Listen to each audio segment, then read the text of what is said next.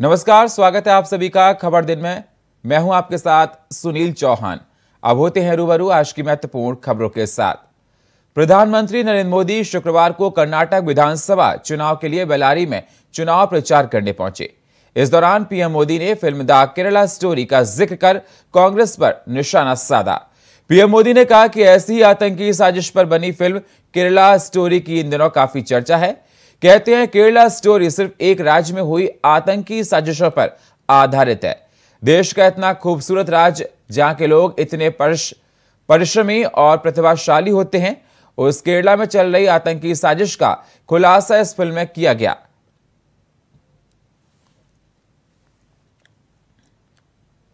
साजिश पर बनी फिल्म केरला स्टोरी, ये केरला स्टोरी की इन दिनों काफी चर्चा है। कहते हैं केरला स्टोरी सिर्फ एक राज्य में हुई आतंकवादियों की छद्म नीतियों की साजिशों पर आधारित है। देश का इतना खूबसूरत राज्य जहां के लोग इतने परिश्रमी और प्रतिभाशाली होते हैं, उस केरला के में चल रही आतंकी साजिश का खुलासा ये केरला स्टोरी फिल्म में, केरला फाइल्स फिल्म में उसे किया गया है।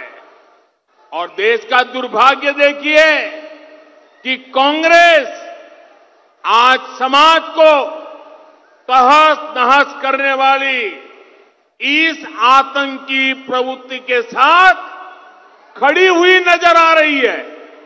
इतना ही नहीं, ऐसी आतंकी प्रवृत्ति वालों से कांग्रेस पिछले दरवाजे से राजनीतिक सौदेबाजी तक कर रही है। भारतीय कुश्ती महासंघ के प्रमुख और बीजेपी सांसद ब्रजभूषण शरण सिंह के खिलाफ जंतर मंतर पर विरोध प्रदर्शन हो रहा है, जिसको लेकर खेल मंत्री अनुराग ठाकुर ने पहलवानों से अपील की है कि वो अपना धरना खत्म करें। खेला इंडिया यूनिवर्सिटी गेम्स का उद्घाटन करने लखनऊ पहुंचे अनुराग ठाकुर ने मीडिया से बातचीत में कहा कि प्रदर्शन कर रहे पहलवानों से मेरा अनुरोध है कि उनकी जो भी मांगे थीं उनको लगातार पूरा किया गया है। सुप्रीम कोर्ट ने भी अपना निर्णय दिया है, अब उन्हें अपना धरना खत्म कर देना चाहिए। पर 3 करोड़, किसी के ऊपर 2 करोड़ ऐसे करके खर्च किए गए। जहां तक खिलाड़ियों के मांगों का सवाल है, मैं यही कहूंगा, निष्पक्ष चुनाव की बात कही थी, आईओए वो भी करवाने वाला है। एक कमेटी के गठन करने की बात कही थी, वो भी कर दी गई है। एफआईआर दर्ज करने की बात कही गई, दिल्ली पुलिस ने वो भी कर दी। निष्पक्ष जांच चाहते थे, दिल्ली पुलिस वो भी कर रही है। और सुप्रीम कोर्ट ने भी अपना निर्णय दे दिया है।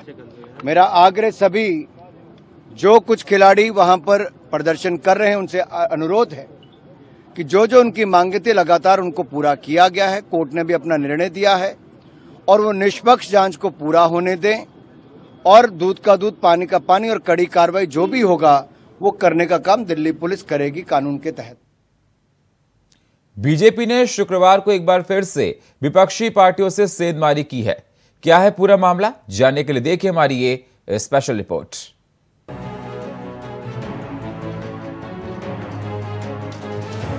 एक तरफ जहां सभी राजनीतिक दल निकाय चुनाव को लेकर तैयारियों में जुटे हैं, वहीं दूसरी तरफ बीजेपी निकाय चुनाव के साथ ही लोकसभा चुनाव की तैयारियों में जुट गई है।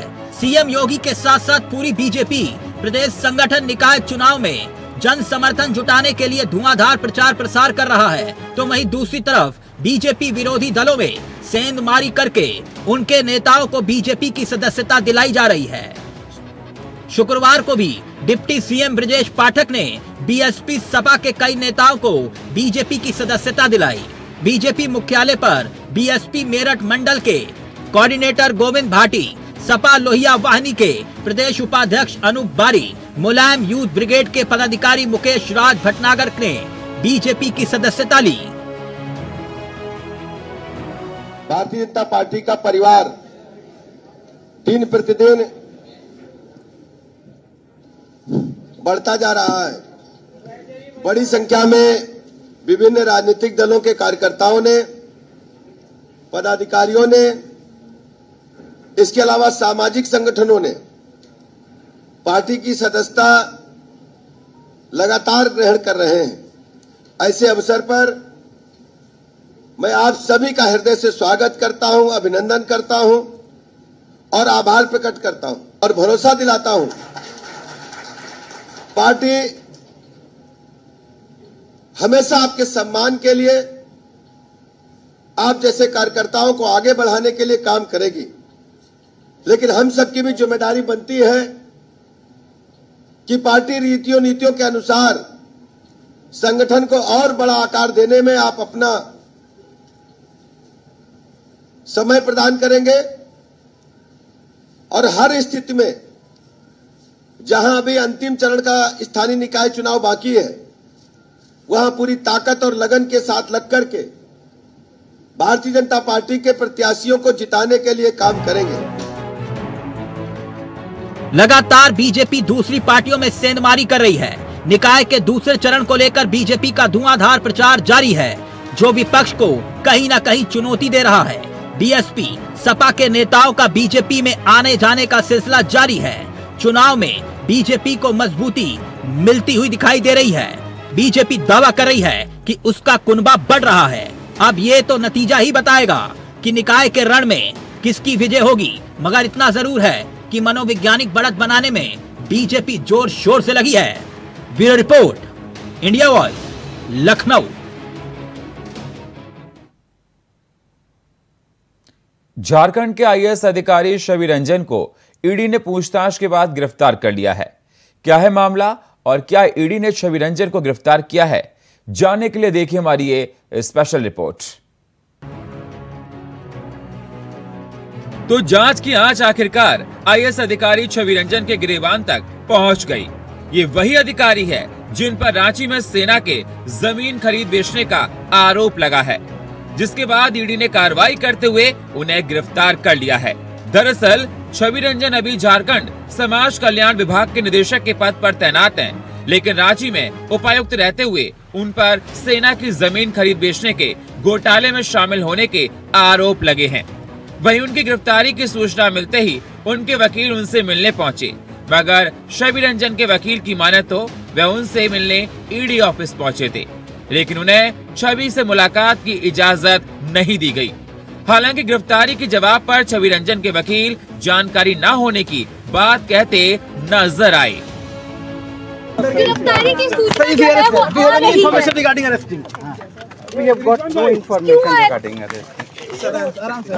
We have got no information regarding arrest. वहीं देर रात छवि रंजन की पत्नी और डॉक्टरों की एक टीम ईडी ऑफिस पहुंची। डॉक्टरों ने ईडी ऑफिस में गिरफ्तारी से पहले छवि का चेकअप किया, जिसमें सब कुछ सामान्य पाया गया। मैंने फिजिकल मेंटल सब चेकअप करने गया था, उनका बीपी देखे, टेम्परेचर देखा, पल्स देखा, सब कुछ सामान्य पाने का। फिजिकली 100% फिट है, मेंटली भी फिट ही है। उनकी पत्नी को बुलाया गया था डॉक्टर साहब। No sign and any symptom of covid. आप जो जांच करते हैं डॉक्टर साहब, आप जो जांच करते हैं उसमें ये पाया जाता है कि जिसका जांच की वो जेल जाएगा, तो वो जेल जाएंगे। ये तो ईडी वाले जानेंगे। आप डॉक्टर साहब आप बताइए। सूत्रों की माने तो आईएएस छवि रंजन से जमीन घोटाले के मामले में ईडी ने गुरुवार को 10 घंटे तक पूछताछ की थी, लेकिन संतोषजनक जवाब न मिलने के बाद उन्हें गिरफ्तार कर लिया गया।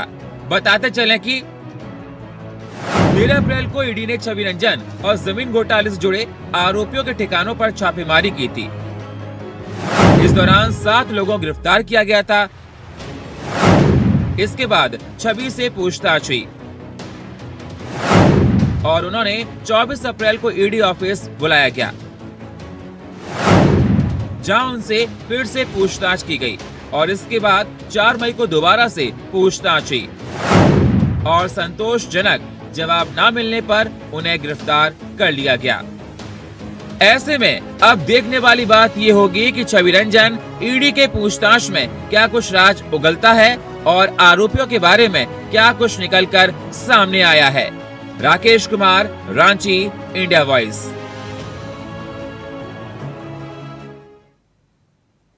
उत्तराखंड के किस स्कूल ने प्रधानमंत्री नरेंद्र मोदी के मन की बात के 100वें एपिसोड को लेकर तुगलकी फरमान जारी किया? यह हम आपको दिखाएंगे एक छोटे से ब्रेक के बाद। ब्रेक के बाद स्वागत है आप सभी का इंडिया वॉइस में। अब रुक करते हैं अगली खबरों का। उत्तराखंड के किस स्कूल ने प्रधानमंत्री नरेंद्र मोदी के मन की बात के 100वें एपिसोड को लेकर तुगलकी फरमान जारी किया है? क्या है पूरा मामला, जानने के लिए देखिए हमारी ये रिपोर्ट। स्कूल पर गजब कारनामा, मन की बात सुनने आए छात्रों पर लगाया 100 रुपए का जुर्माना। जी सही सुना आपने, प्रधानमंत्री नरेंद्र मोदी की मन की बात कार्यक्रम के 100वें संस्करण को उत्तराखंड में बीजेपी ने बूथ स्तर से लेकर मंडल स्तर तक और ब्लॉक स्तर से लेकर स्कूलों में भी बड़े धूमधाम से मनाने का काम किया गया था। लेकिन कुछ स्कूल अब भी ऐसे हैं जिन्होंने सरकारी आदेशों के बावजूद भी इस कार्यक्रम में गैर मौजूद रहने वाले छात्रों से 100 रुपए जुर्माना वसूलना शुरू कर दिया है। और अब उत्तराखंड में सियासी मुद्दा बन गया है, क्योंकि राजधानी देहरादून में एक स्कूल है GRT। उस स्कूल ने इस कार्यक्रम से गैर मौजूद रहने वाले छात्रों को 100 रुपए का जुर्माना ठोकने का फरमान सुनाया है। और अगर 100 रुपए नहीं देते हैं तो फिर उन्हें अपना मेडिकल सर्टिफिकेट देना होगा।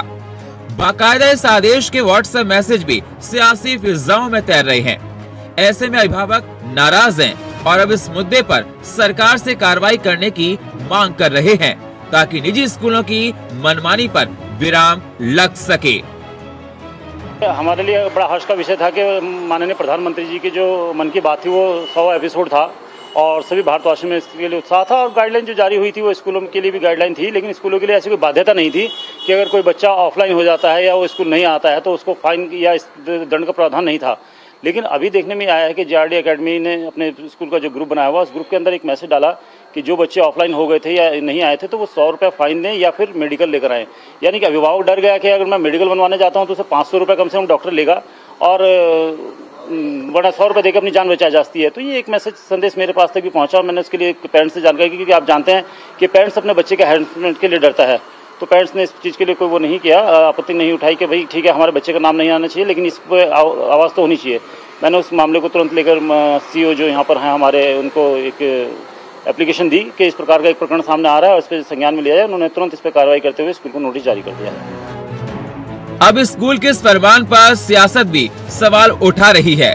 कांग्रेस कटाक्ष कर कह रही है कि मन की बात पर ये कैसा तुगलकी फरमान है, तो बीजेपी इस विवाद से खुद को अलग कर रही है।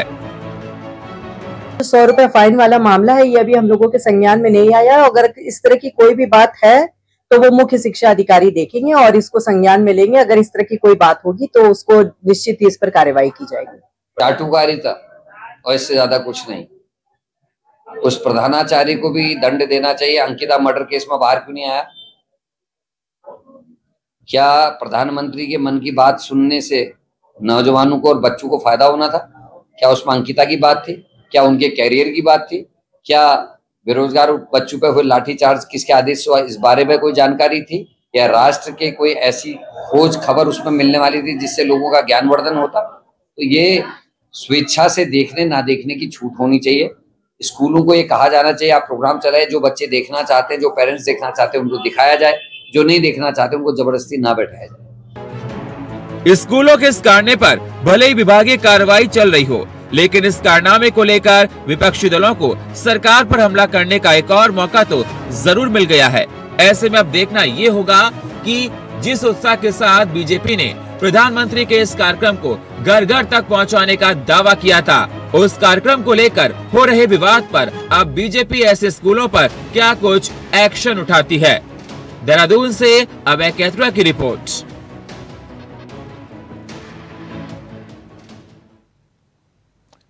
प्रदेश में एक बार फिर राजनीतिक यात्राओं का दौर शुरू हो रहा है। इस बार बीजेपी छत्तीसगढ़ के महापुरुषों के सम्मान के लिए यात्रा निकालने जा रही है, जिसे पुरखौती सम्मान का नाम दिया गया है। देखिए हमारी ये स्पेशल रिपोर्ट।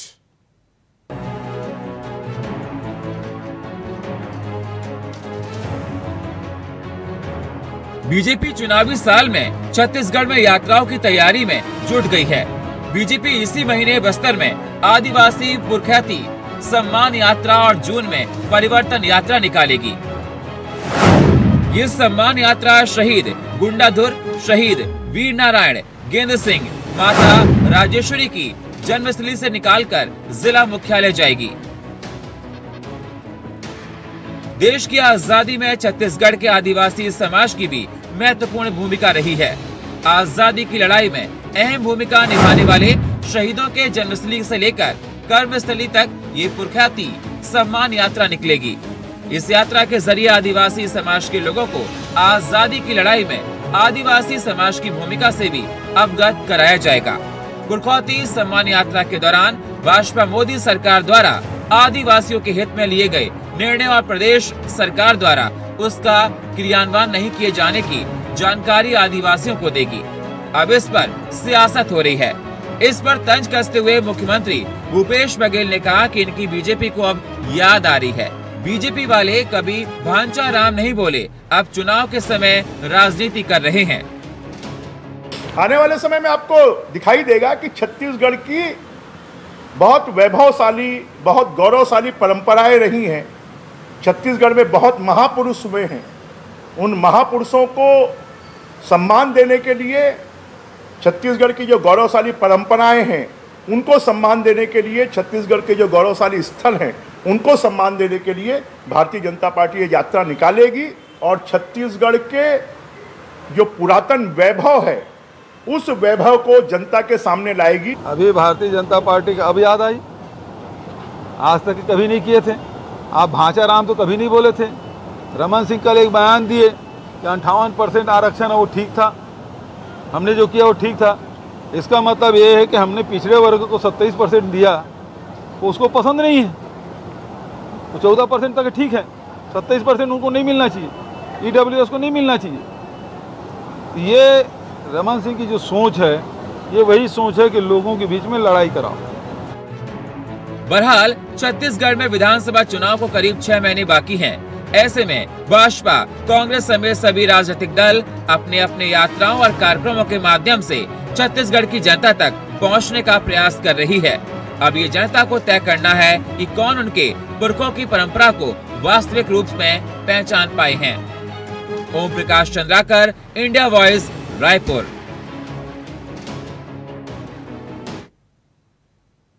यूपी के उप मुख्यमंत्री ब्रजेश पाठक बरेली पहुंचे। जब मीडिया से बातचीत के दौरान ब्रजेश पाठक ने विपक्ष पर जमकर निशाना साधा और कहा कि विपक्ष का काम सिर्फ गुंडागर्दी और अराजकता को फैलाना है। बीजेपी पार्टी सभी सीटों पर जीत का परचम लहराएगी।